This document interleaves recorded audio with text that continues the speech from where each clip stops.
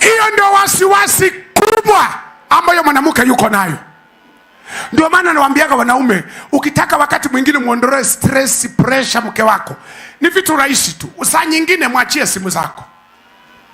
Mwambie leo nimechoka, nataka kupumzika, sitaki usumbufu wa simu. Kaa nazo, jibu message, pokea wakipiga, fanya kila kitu, kaa nayo mpaka jioni. Amen. Unaona walivyoshangilia wanawake? Mnaonaje siku moja moja tuwe tunawaachia simu zetu?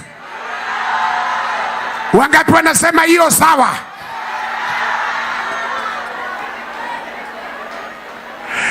Amsikia mama mmoja yuko anasema hawawezi. Kwa nini hawawezi?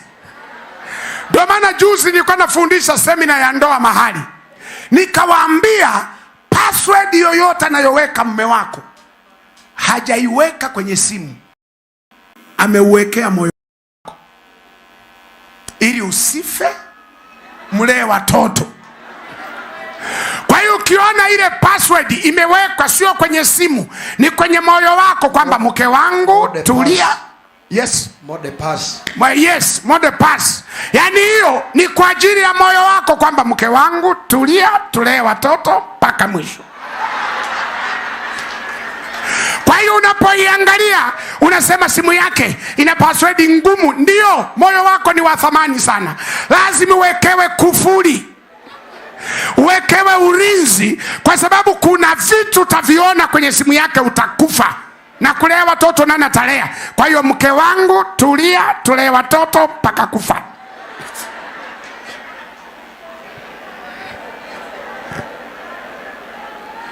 Kwa sababu wanawake wana wasiwasi na mambo haya matatu. Moja la kwanza ndio hilo: je, mume wangu ni wa kwangu mwenyewe au kuna wezi? Kwa sababu asilimia kubwa ya wanawake wanahisi anapoishi na mume wake anaishi na msaliti. Ndio maana wakati wote mume unaonekana msaliti pale nyumbani. Ukichelewa kidogo, najua ulikokuwa. Usipopokea simu, najua uliyekuwa naye. Usipojibu message za kwangu hazijibiwi, za wengine zinajibiwa. Ukiomba hela ukisema sina, anasema ndio utanipa mimi tena wakati wako nao hapa. Yani wakati wote wanahisi wako na msaliti. Na ndio maana asilimia kubwa ya wanawake kasoro hawaamini kama mwanaume anaishiwaga hela. Kwa ndio maana ukisema sina, anasema huna. Wengine anaenda kuprove kwenye trouser yako, akaangalia kwenye suruali, ni kweli huna. Atakagua na shusha suruali zote. Unamuuliza, ulikuwa unatafuta nini? Nataka nifue. Nataka kufua. Sio kufua, anasachi kama kuna hera, maana umesema huna. Wana mashaka kama kweli huna mtu mwingine, ni yeye peke yake. Hiyo wasiwasi ya kwanza. Wasiwasi ya pili ya kila mwanamke, wanawake karibia wote duniani wanaamini wanaume tutatangulia kufa.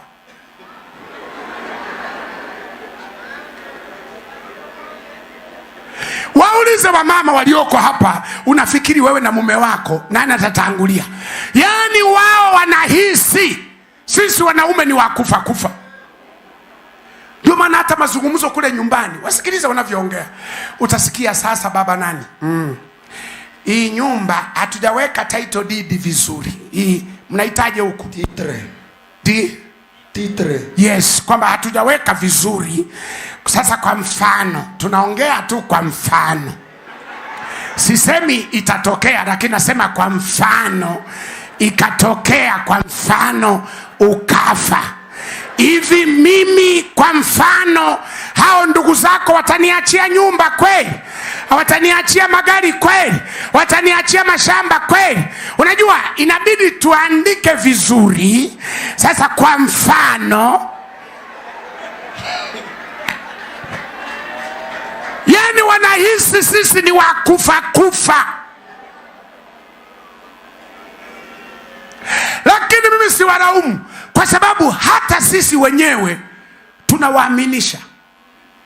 Ndio maana akitumia hela vibaya unamwambia wewe tunza hela, unajua nikifa. Kwa hiyo ni kama unamwambia utatangulia kufa. Ndio maana tukilala ukikoroma kidogo tu lala vizuri, anahisi kama nakata roho unakufa. Yani wanahisi tunakufa. Wanaume, ukiona mke wako anakupikia mayai tu nyama, usifikiri anakupenda. Moyoni anasema kula baba, muda wako wa kukaa duniani sio mrefu sana, kula mayai, kula nyama.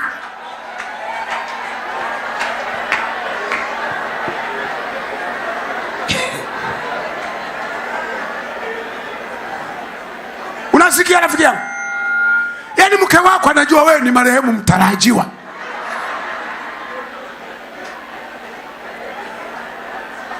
Wakati wote wana mashaka na kinywa kinaumba.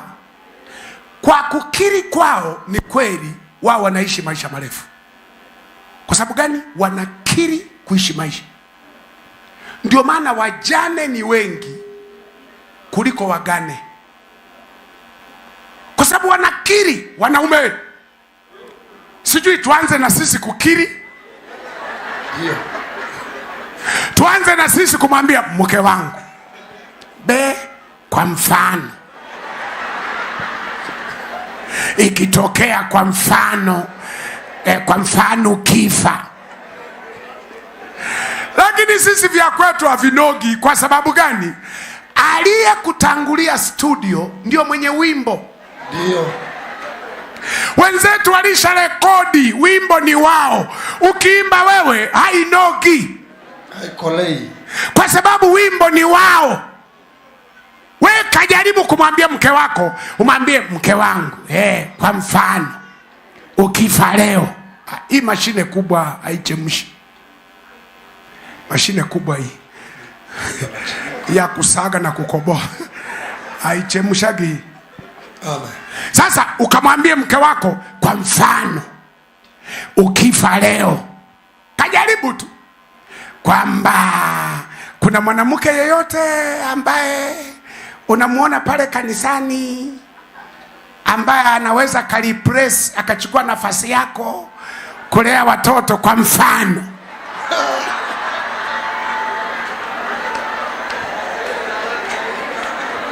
Moto unawaka. Nakwambia hapo moto utawaka. Aposto, usikajaribu kwa huyo mama, usijaribu. Tutunze kanisa mpaka mwisho. Amen. Anaweza kakuvuruga pale ukasahau na kanisa liko wapi. Yes. Ukatafuta GPS ikuongoze kanisa liko wapi. Kwa sababu hilo wazo kwenye vichwa vyao halipo.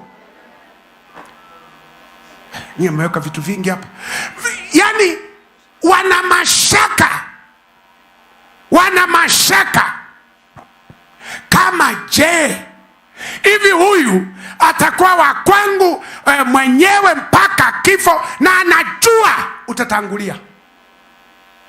Wamama na sisi hatufi leo, na sisi bado tuko na muda mrefu. Amen. Tuko na muda mrefu wa kuishi. Hebu tupeni matumaini na sisi ya kuishi. Hilo ni jambo la tatu. La pili, la tatu ambalo wanawake wana wasiwasi ni huyu mwanaume tutakaa mpaka mwisho au ataniacha njiani?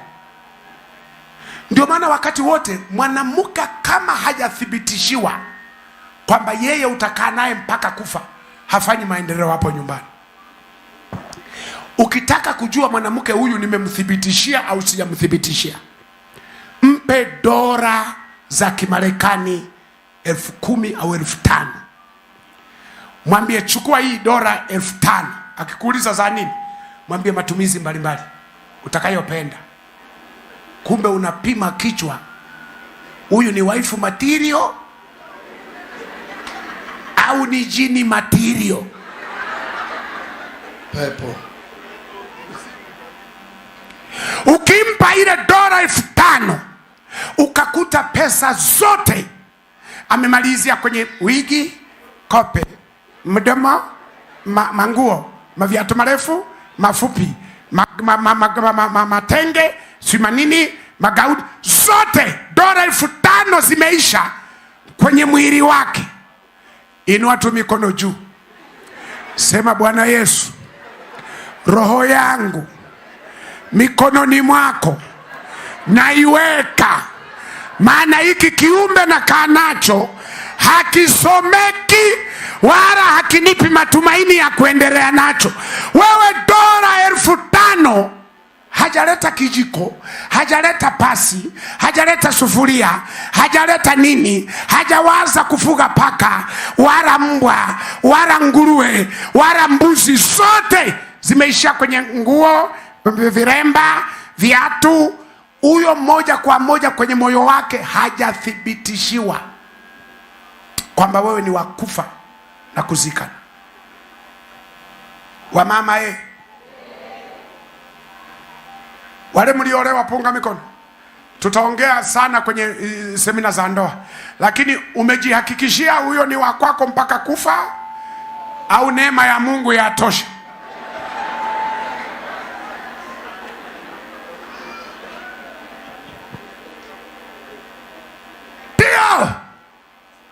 Na kwa nini wana mashaka?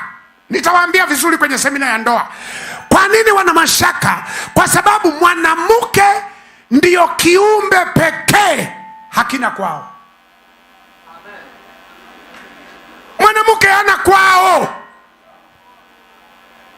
mpaka mpate mwanaume mwenye akili timamu amthibitishie kwamba hapa ni kwao.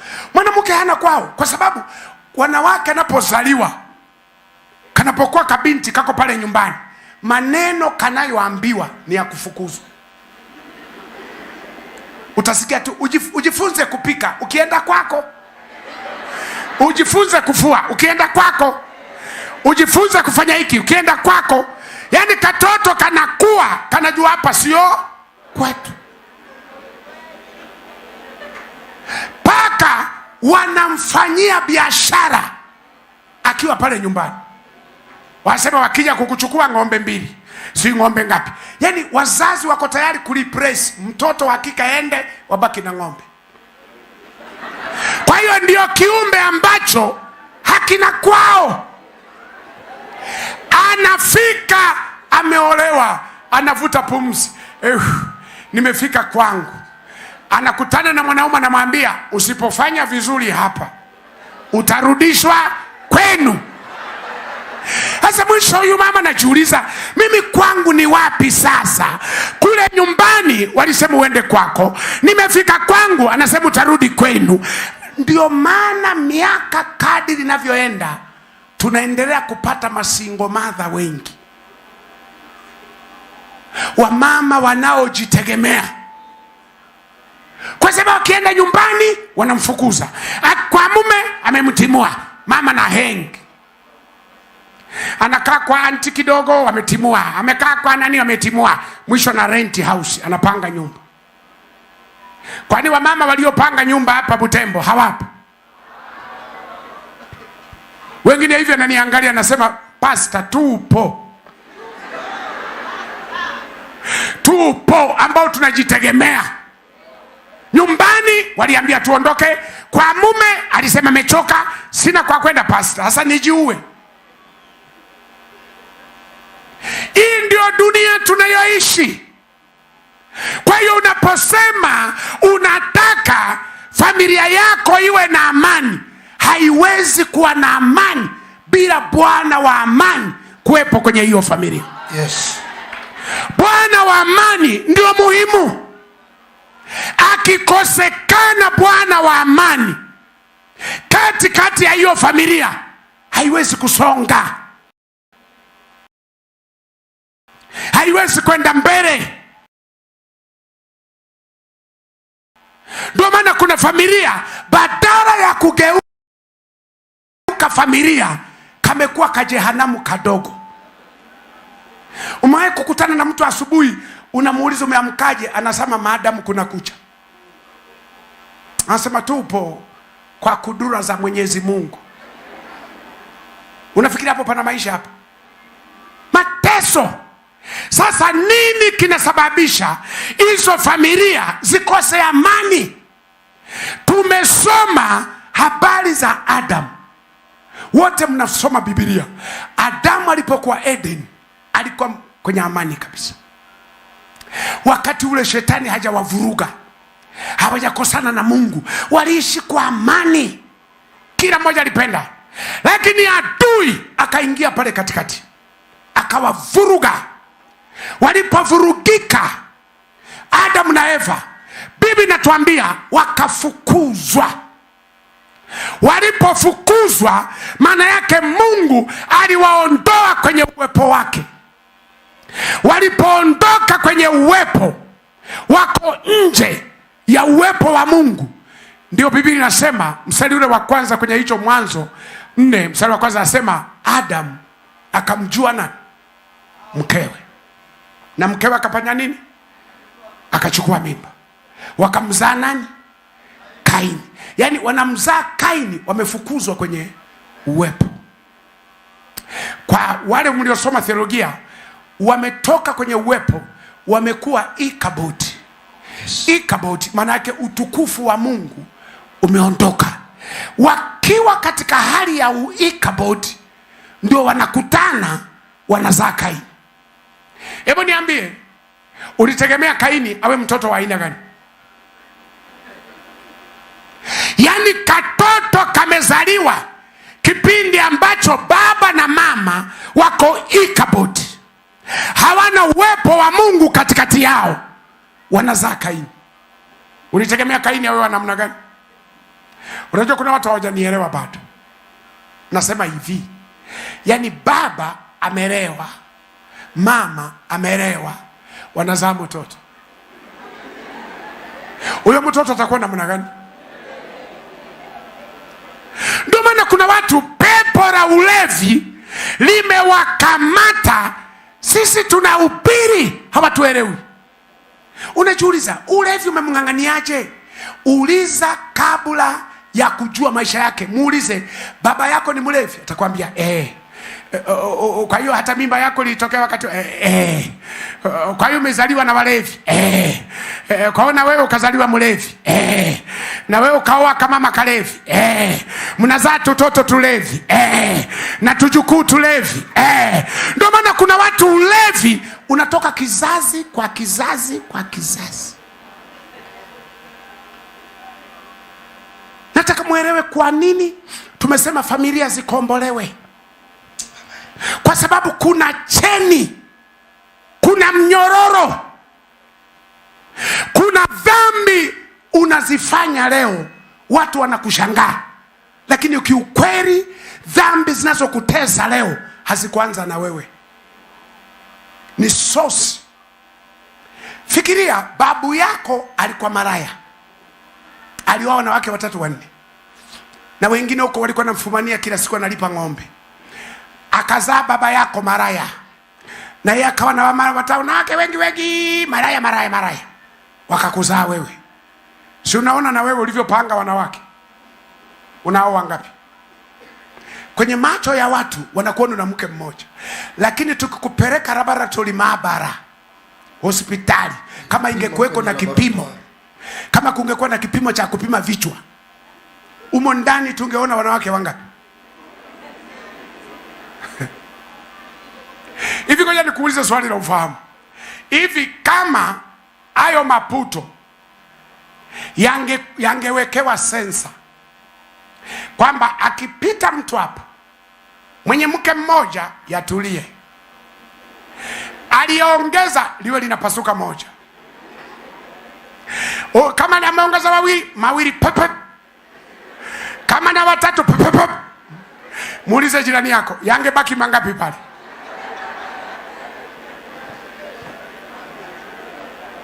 Muulize tu jirani yako, mwanaume uliyekaa naye hapo karibu, au huyo mama uliye naye karibu, ungepita pale, hayo maputo, mnafahamu maputo yale pale kwa mlango, mnayahitaji in French? Mapuliza.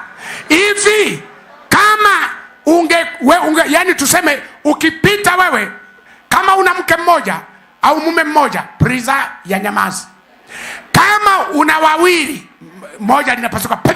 Kama una watatu wengine, kama una wanne, kama hebu muulize jirani yako, ungevuka pale ingekuwa testeri. Kuna watu ingebaki kamba peke yake.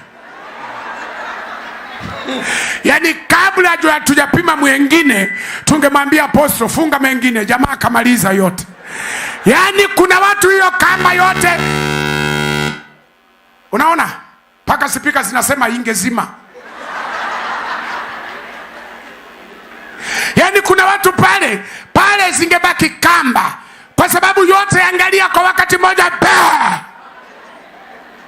kwamba anayepita hapa ni too much.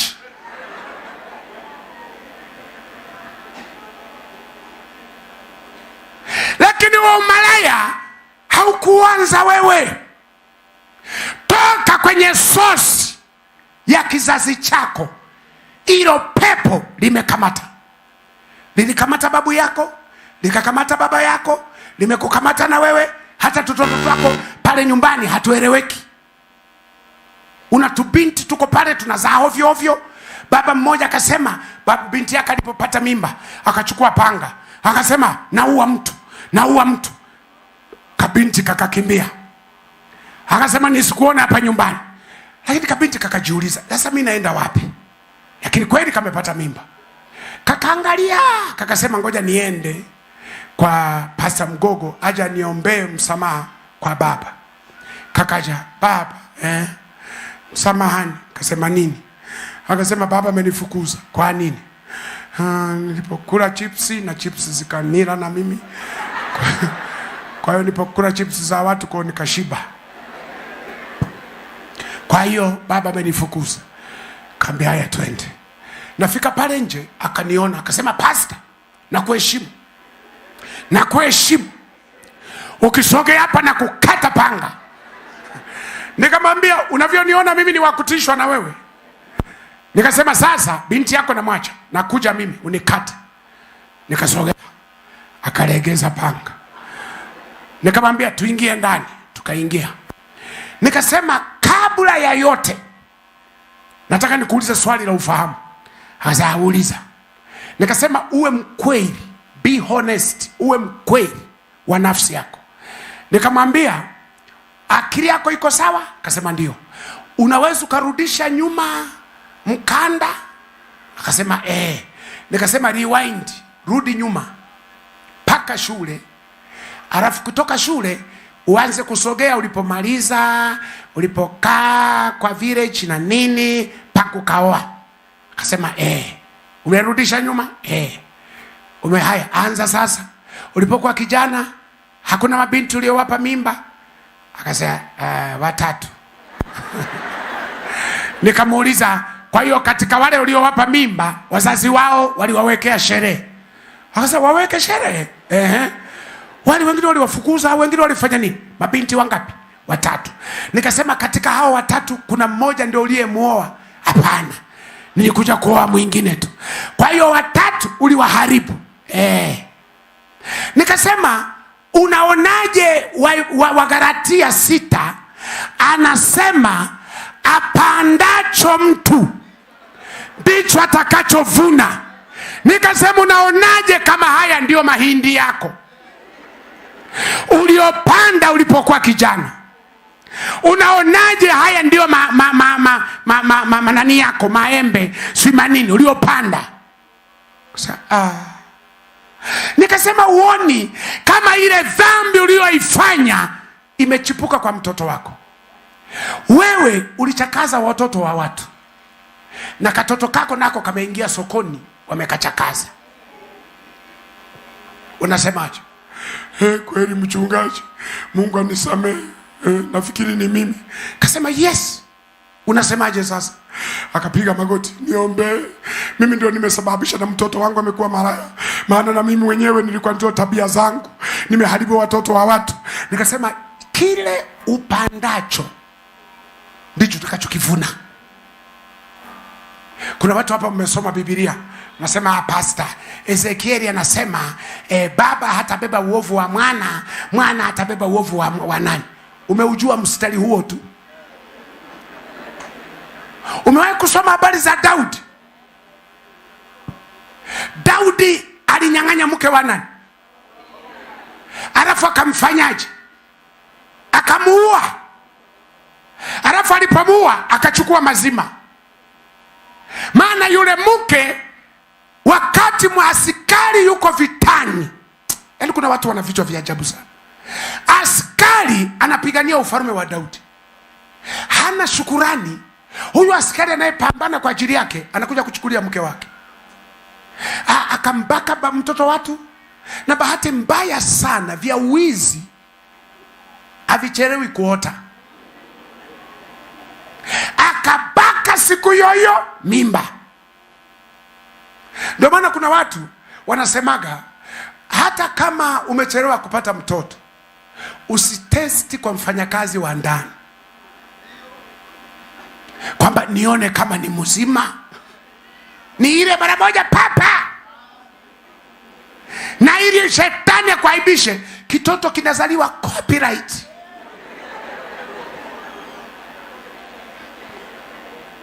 Ndio maana kuta kuna wanaume watoto wa kwake mwenyewe hajawarandisha, tutoto twa nje ndio copyright. Wa kwake anarandisha mke wake, wawizi yeye. Maana kurandisha watoto nayo ni neema. Niko naangalia vitoto vya Apostle, copyright na baba yake, wamegawana rangi tu, sura baba, rangi mama. Kwa hiyo kuna watu ambao yani unapoimba pa. Ndio maana juzi nilikuwa na ubiri, watu wengi hawakukubaliana. Nikasema sio kila binti anayezaa nje ya ndoa ni maraya. Wengi ni ulimbukeni. Unafahamu ulimbukeni? Ile ya kusema ulimbukeni ya muujui. Wale mnaomiliki magari punga mikono. Ulijisikiaje mara ya kwanza kuwa na gari? Lazima utakuwa limbukeni mara ya kwanza. Yani ndio unaendesha barabarani humo, unatamani watu wote wewe wanakuangalia. Alafu unakuta watu wako busy na biashara zao.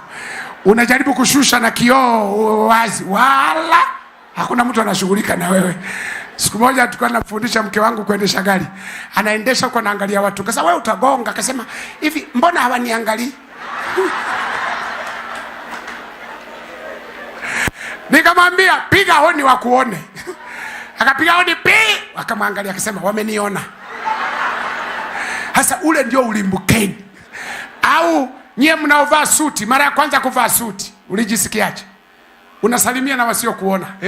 Za leo. Huo ndo naitwa ulimbukeni. Sasa kuna umalaya wa ulimbukeni. Yaani mtu anasema kwa sababu tunamaliza shule leo, graduation, tuagane. Ile tuagane nga amejirinda maisha yake yote. Ile mara ya kwanza anapata mimba. Mwingine anasema kwa ajili ya Christmas, kwa ajili ya mwaka mpya. Ile mara moja ndio inakuwa mara moja. Lakini wale maraya waliobobea, maraya hawapatagi mimba, wanajua kuzikwepa, ni wazoefu. Analala na wanaume 5 kwa siku, yuko sawa.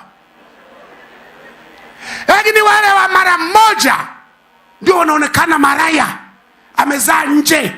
Kumba nasema ni mara moja, lakini dunia yote najua huyu ni maraya. Na nilikuwa nawaambia watu wengine juzi, kuna vijana moyo unampenda lakini unasema amewahi kuzaa. Nikasema ni bora kuoa aliyewahi kuzaa mtoto mmoja, kwa sababu 2. Moja amekuhakikishia sio tasa. 2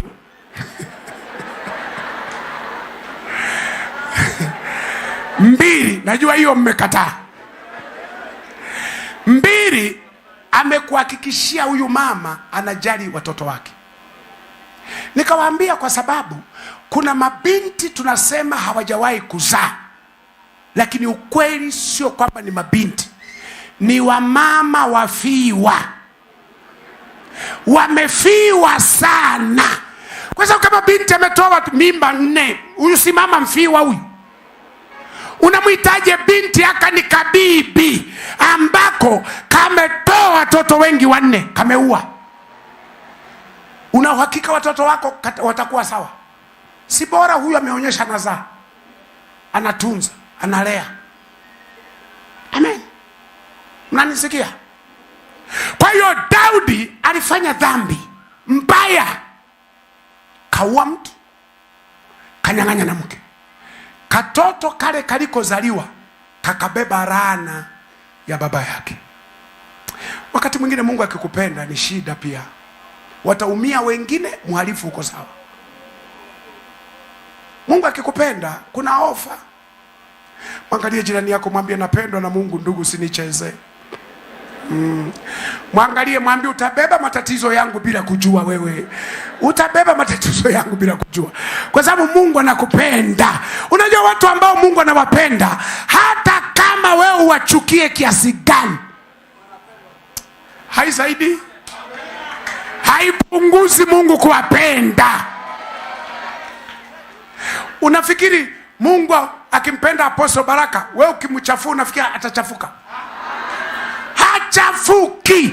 Kwa sababu sijajua ziwa lililo karibu hapa ni ziwa gani? Edward. Kwa nini linaitwa Edward? Au mzungu aliyegundua? Yaani ujinga wa Afrika. Waafrika sijui tulirogwa na nani. Yaani ziwa lilikuta, sisi tunachota maji, tunaogelea, eti anasema la kwake. Na sisi tunafundisha watoto wetu, mzungu wa kwanza kuliona ziwa Edward. Watoto wanashindwa kutuelewa. Kwani babu zetu walinywesha ng'ombe wapi? Umo. Naendaje kwenye nyumba ya Apostle, nafika pale eti naanza kugundua vitu kwenye nyumba yako. Ikabati nimegundua ina soda, alafu anawafundisha watoto wake. Mchungaji wa kwanza kugundua kabati yetu Mugogo. Kwa hii freezer itaitwa Mugogo. Watoto wanakuuliza, aliyeileta ni nani? Ni mimi. Aliyeweka hizo soda nani? Mimi. Sasa Mugogo nagundueje kitu ulicholeta wewe? Anyway, tuendelee kusema ziwa Edward. Sasa unaweza kwenda kulichafua ziwa Edward kwa vumbi la mkono wako, kwamba ili ziwa nalichafua. Linaweza kuchafuka. Kwanza kwa dharau linakuletea hiyo vumbi lako, linakuletea na mawimbi pa. Ndivyo walivyo watu wanaopendwa na Mungu ndugu. Hata ukiwachafua kiasi gani hawachafuki. Yaani wasingizia chochote unachokitaka kitakurudia mwenyewe.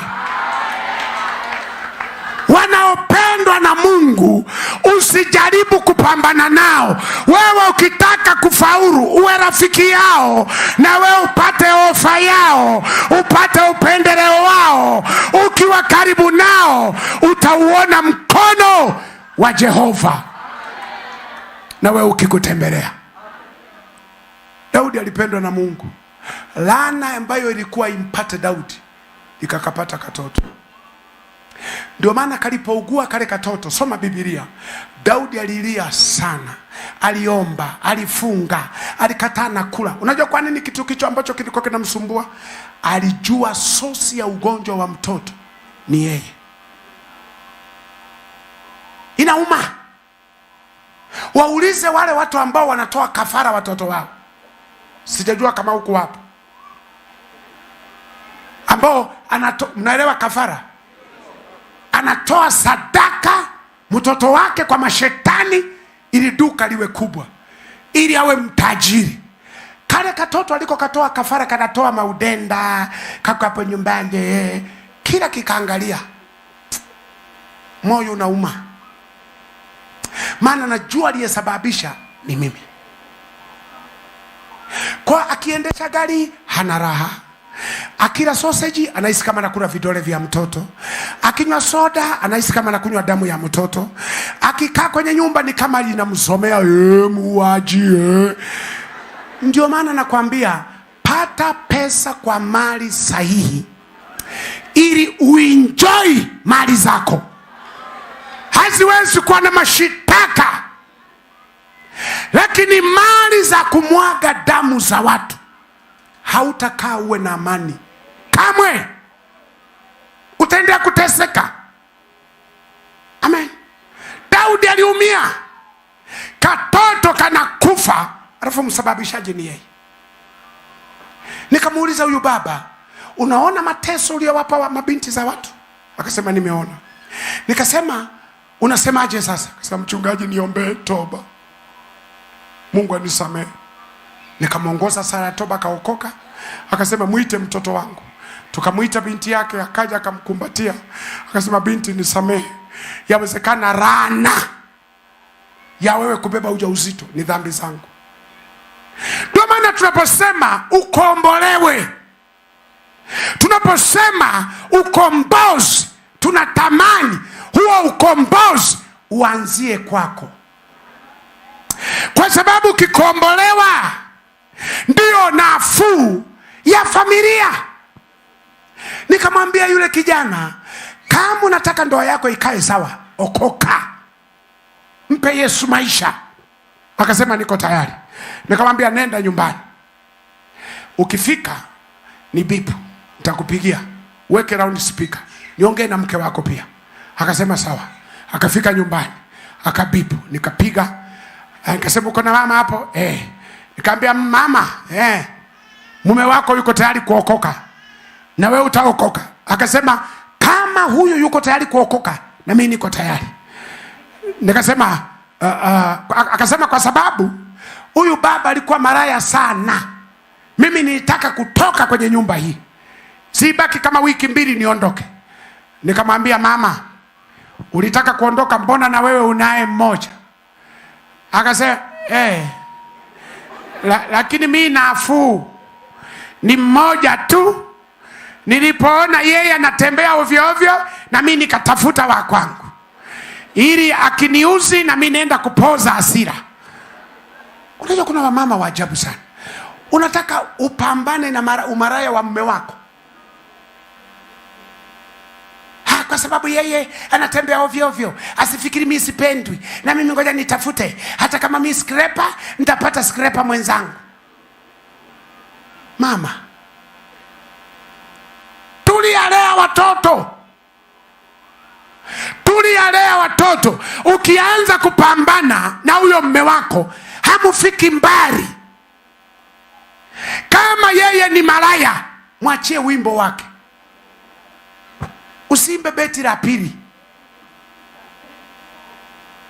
Mwachie yeye imbe mabeti yote mpaka mwisho wimbo wake wa umalaya.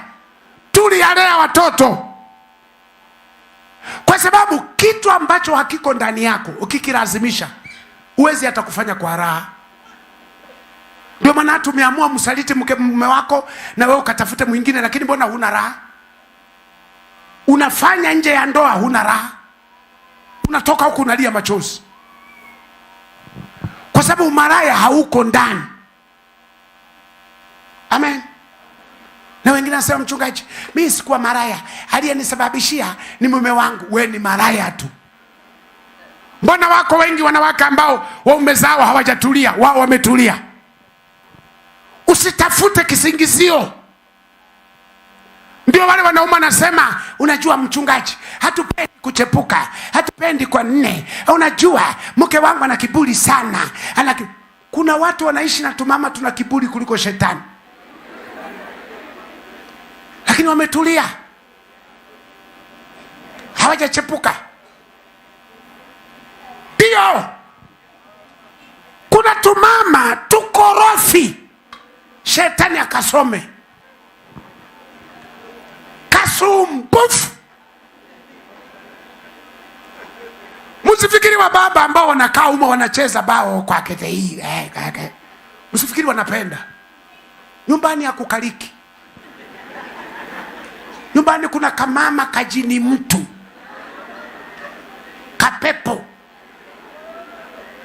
Akiingia tu ndani kanaanza mdomo paka mwisho mwanaume anajiuliza aka kavuvuzera aka nitaishije nako. Mnafahamu vuvuzera? Kuna tumama tuvuvuzera. Ndio unakuta mume yuko tu barabarani. We nyumbani saa 2 sasa nitaenda. Ngoja nicheze. We saa 3 nitaenda. Kumba nasema nikakute kamerara.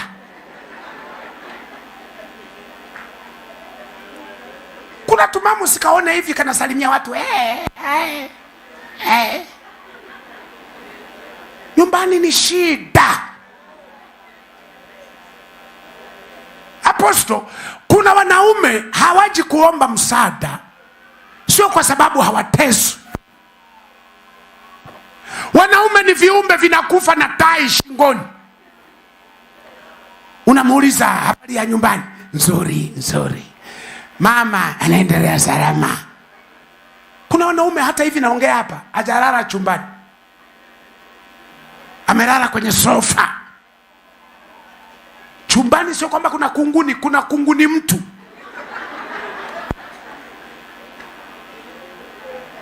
Usiwaona wababa hapa hata hivi na upiri wanasema pasta hapo.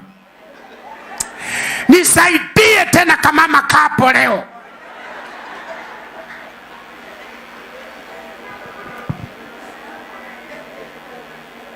Ni ukweli, kuna wamama wanapigwa na waume zao, wanapigwa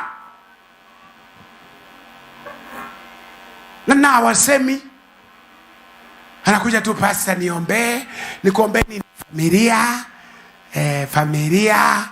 Anaona kama vile hutaelewa, lakini usisahau mke wangu. Huyu aliyesema usisahau ndio aliyemleta.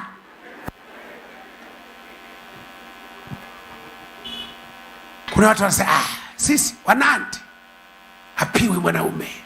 Wewe, kuna wanaume mnaona wamevimba nini, bodaboda, pikipiki. Hakuna cha pikipiki, kuna pikipiki na miguu miwili nyumbani. Amemtwanga na sufuria, jamaa yuko barabarani tu. Kwa sababu hata kumwacha unamwachaje? Kwa sababu tumama twingi tukorofi, tunazaa haraka. Kanazaa mtoto mwingine mwaka 1 na nusu, mwingine mwaka mwingine. Unakuta miaka 6, 7 kana watoto 5 wako hapo. Hao ndio mabodyguard. Kakikutwanga huna kwa kwenda, mabodyguard.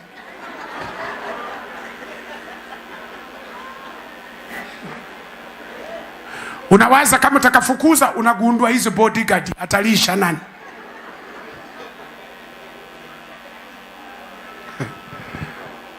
Haya, simama.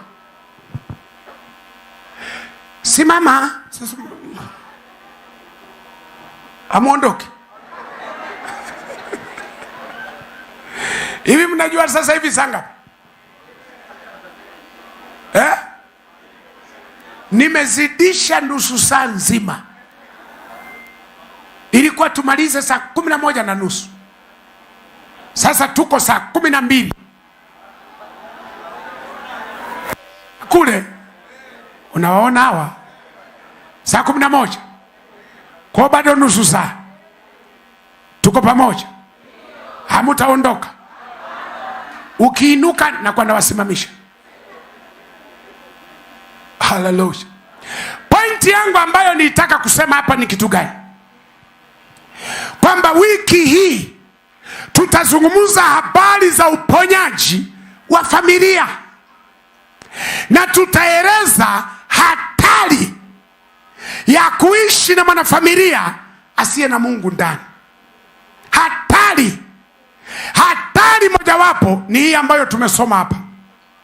Kaini amezaliwa kipindi ambacho wa baba zake na mama yake hawako na amani, wamevurugana. Kwanza vurugu zilianzia Eden. Mungu anamuuliza Adamu, umekula wewe? Adamu anasema mimi. Huyu uliyemleta. Anamsingizia mke wake. Ndio maana nawaambiaga wamama, ukiishi na mwanaume, nitakufundisha vizuri wiki hii.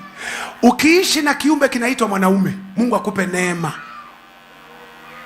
Katika viumbe vigumu kuishi navyo ni mwanaume.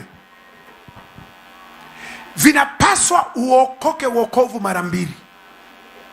Uokoke wokovu wa kuacha dhambi na wokovu wa kuishi na mwanaume. Hivi viumbe vinaitwa mwanaume, sio viumbe vya rahisi. Ndio maana nyie ambao umekaa nacho miaka yote mpaka leo hivi navyohubiri uko nacho, jipigie makofi.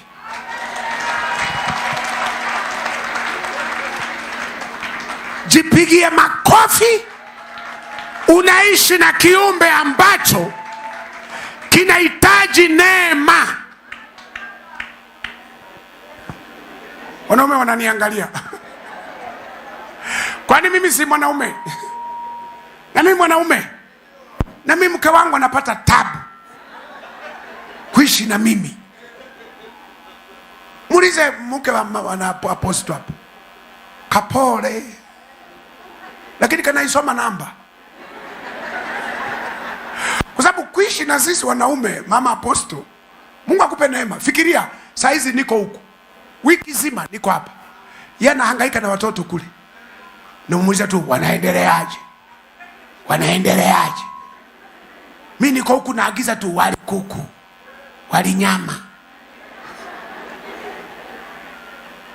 Kuna watu wengine wana, baba unipe neema niolewe na mtumishi. Unajua gharama yake? Wewe wacha Mungu akupe mwanaume wa kawaida. Sisi ni shida kuishi na mtumishi. Tena mshukuru mama, ushukuru kwamba unakaa mbali kidogo. Ungekaa humo uisome namba ya kuwa mke wa mtumishi. Kwa sababu Tukristo tote tule tuvivu tu kupika kwa mama mtumishi. Tukristo tote hatutaki kufanya kazi kwa mama mtumishi. Kwa mama mwisho unakosa hata kuangalia TV. Ukitaka kufungulia kameingia. Weka channel, weka.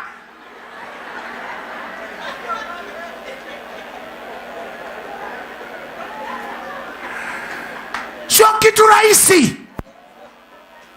Twingine tunampigia simu mchungaji na usiku saa 8 unakoroma, anapigiwa simu.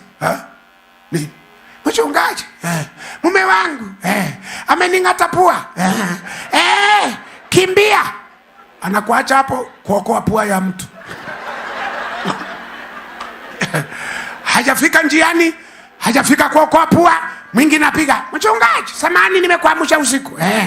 Nini? Mume wangu nimemkuta. Nini? Kabisa live mume wangu.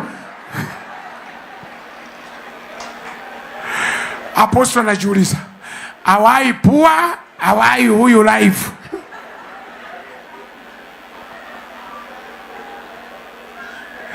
Ndio maana nawaambiaga watu kuchunga kanisa sio kitu rahisi. Katika watu ambao nawaonea huruma ni hawa wanaochunga makanisa. Huduma zetu sisi ni nyepesi. Hapa nikihubiri mpaka Jumatatu, mmenielewa mkunielewa.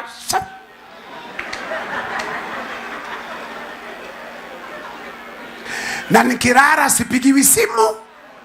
Kama ni simu ni za mashauri. Mchungaji unanishauri nini? Na mshauri amenielewa hajanielewa najifunika. Huduma zetu hazina shida, sisi hazina pressure. Nikitoka hapa narudi Tanzania, nasalimia familia kidogo, Marekani, na Uingereza, Australia, mimi sina shida.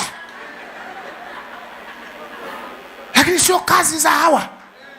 Rafiki yangu, Mungu amekupa neema na kamwili unako. Mungu amekupa neema kutunza viumbe hawa. Kwa hiyo kuishi na mwanaume wa mama kuishi na mwanaume ni neema. Fikiria, Adam ndiye aliambiwa ili tunda mpasi kula. Eva akuwepo. Amekuja Eva, anamwambia twende tukatume matunda. Nenda, utanikuta. Mimi nitaleta na sio kalete. Ameleta, hamwambii ili tunda tulikatazwa. Sasa umechuma na hili. Okay, Alafu Mungu anamuuliza umekula? Anasema nani? Mimi. Ni yule. Kwa nini nasema ni ngumu kuishi na mwanaume? Mwanaume ndio kiumbe pekee duniani hata kikikosea kinataka ukiadresi uongee nacho kwa upole, hata kama kosa lake limetoa macho hivi, lakini uongee naye kwa ustaarabu. Yani umwambie honey, sweetie, my love, hapo umekosea. Aseme oh. Lakini ukimfokea, mwanaume ndio kiumbe hakitaki utomboke. Ukikitombokea kinageuza kosa linakuwa la kwako. Hawa ndio viumbe. Unajua Mungu akilichomfanya Adamu apaniki ni sauti aliyotumia. Akamuuliza Adam, umekula wewe? Sasa mbona kama tunaanza kufokeana tena? Adam akamwambia usinifoke, na wewe umeshiriki. Anamgeuzia Mungu makosa, kwamba nilikuwa peke yangu, ni kwa siri, huyu uliyemleta wewe. Kwa hiyo makosa sio yangu, ni yako. Huyo ndio mwanaume wa mama. Nitawaambia kwenye ndoa, unataka kuishi na mwanaume mpaka kufa, ondoa kutomboka. Hiki kiumbe ndio utakaa nacho mpaka mwisho. Ukikipigia kelele kiumbe kinaitwa mwanaume, hakitakagi kelele. Kinataka uongee nacho in polite way. Unasema sasa mchungaji, hasa kama amekosea, umeamua. Ndio maana nawaambiaga watu, ukiamua kuishi vizuri na gari, usikwepe service, usikwepe petrol station kuweka mafuta ili gari liende. Mama, unataka kuishi na kiumbe kinaitwa mwanaume, punguza sauti. Ila sasa bahati mbaya tena, katika viumbe ambavyo vinataka kelele,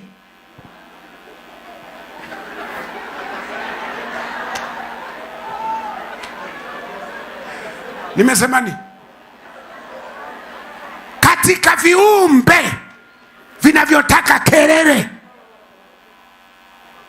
Ndio maana wenzetu hawa wanawake wenzetu waliumbwa kuishi katikati ya kelele, katikati ya maneno mengi, katikati ya sentensi zingi, ndio anafurahi.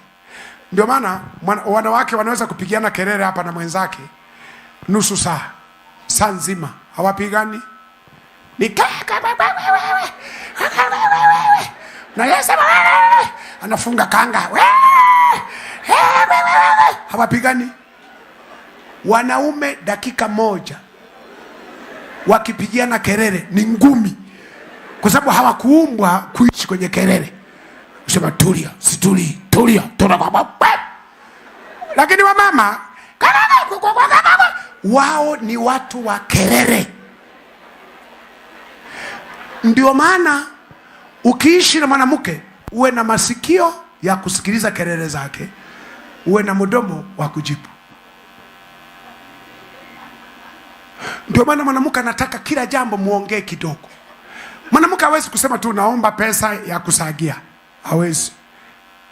Atataka muongee kidogo. Unga umeisha, kwa hiyo inabidi niende nikasage. Umuulize wapi? Kwenye mashine ya Joram.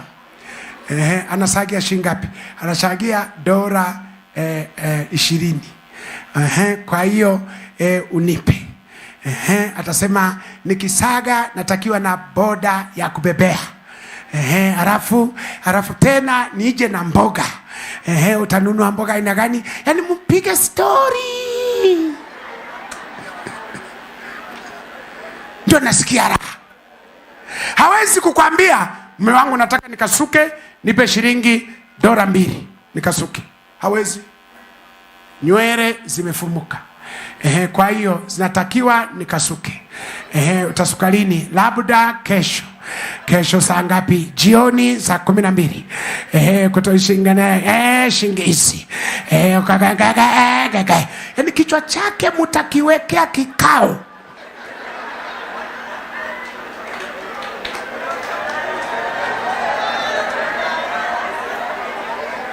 Kwa hiyo ukiishi na mwanamke unatakiwa umwelewe. Na nitawaambia ndani ya wiki hii, unajua mpaka Jumapili kichwa chako kitakaa sawa. Ukiishi na viumbe hawa, ngoja nimalize pointi hii afu tufanye maombi. Mwanamke ndio kiumbe ambacho hakina past. Yaani hakina wakati uliopita. Mwanamke ana present na future. Wakati uliopita hana. Ndio maana tunagombana nao wakati wote kwenye familia. Kwa sababu sisi wanaume tunaishi kwenye historia. Wanawake historia walishafuta. Wana present na future. Ndio maana ukimpa pesa leo $1,000 leo, hiyo kufika jioni imeexpire. Haimo kwenye hesabu.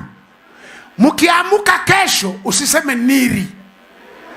Yeye anataka nita. Sio niri jana nilikupa $1,000. Hakuna neno wanawake linawakera kama kumwambia yaliyopita. Anataka yaliyopo na yajayo. Wamama naongopa. Hawana hiyo. Ndio maana ukimpa hela usifikiri kesho zinahesabika.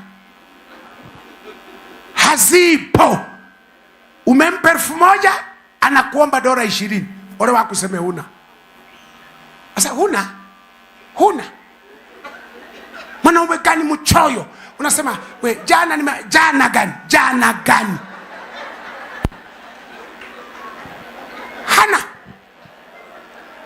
Ndio maana wakati wote wanawake hawa kwenye kichwa chake anahesabu hana nguo. Hana. Kwa sababu zote alizonazo alinunua.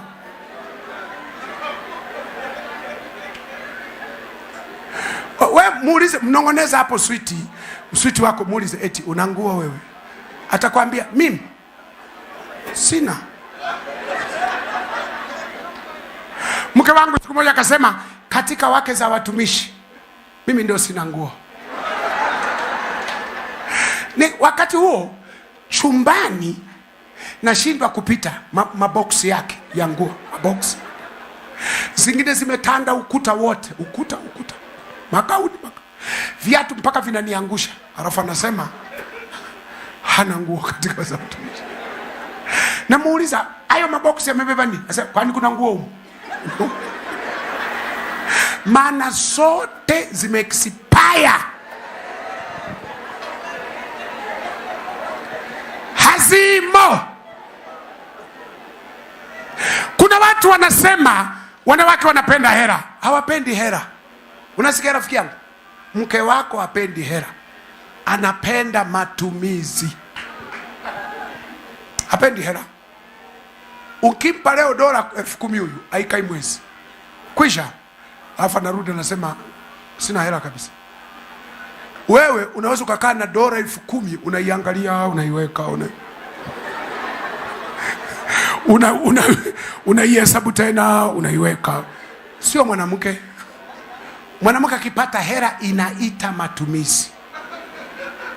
Ndio maana wanaopenda hela ni sisi wanaume, sio wanawake. Wanawake hawapendi hela, wanapenda matumizi.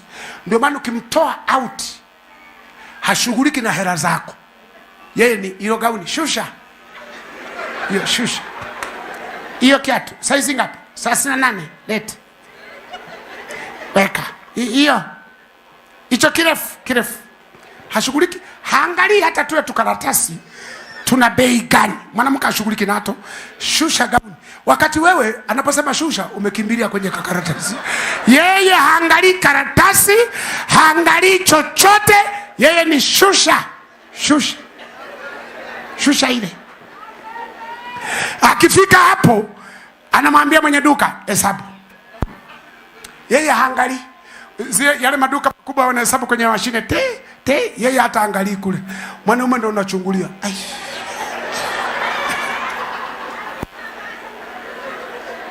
Yeye hayo mambo hayamuhusu.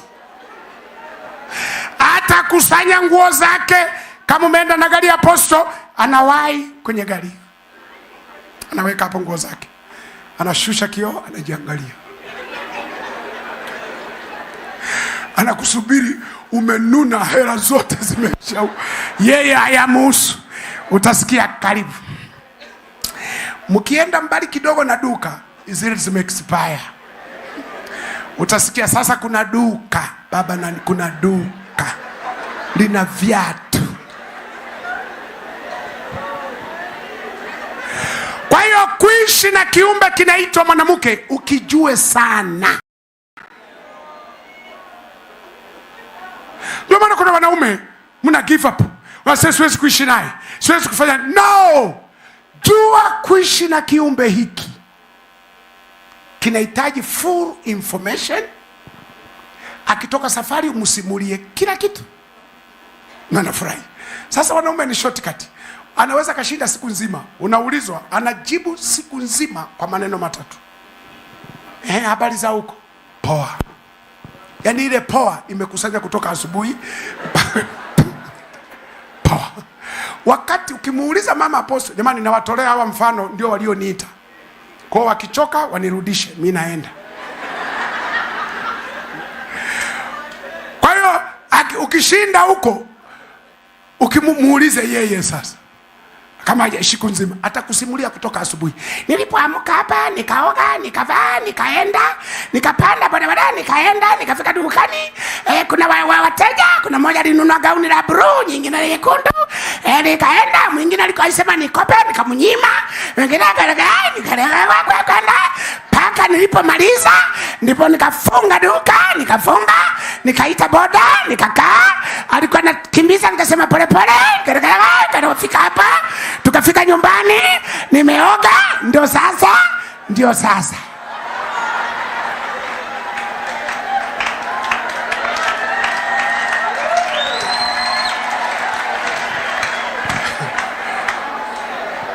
Profesa wangu aliniambia, ukiona watu wameshangilia sio kwamba umeongea point, ila wanakuambia muda umeisha. Naomba tusimame.